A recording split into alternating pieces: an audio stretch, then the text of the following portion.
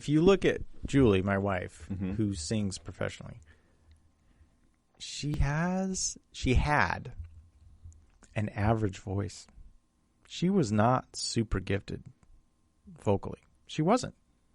People look at me and like, oh, how could you talk about your wife like that? Should we just cut that part right there and send it Yeah. to her? Yeah. My wife has Julie, an average voice. You're not gifted. You're just average. You're not talented. But what separates her, and I'll talk about this curse of the gifted because there's this whole other thing. What separates her from millions of vocal students and teachers is she practices every day, 7 days a week, 2 to 3 hours. She practices. That is what sets her apart.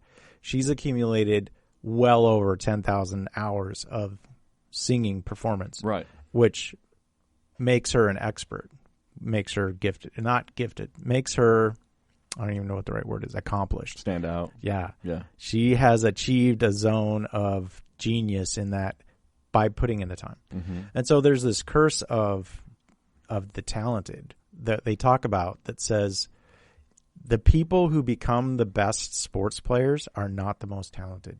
They are the people who put in the most practice. Right. It's just the way it is. And oftentimes people who have a natural talent don't put in as much practice time and they fall out. Now, some of them make it, but it's a combination of having talent and then practicing. Right. Because you can take 10 people, 1 with talent and 9 without, and if all 9 people without talent practice, they will surpass a person with natural talent Right. if that person doesn't also Right. practice. Well, because they've been relying on that natural ability to get them through, and once you get to a certain level, if you don't.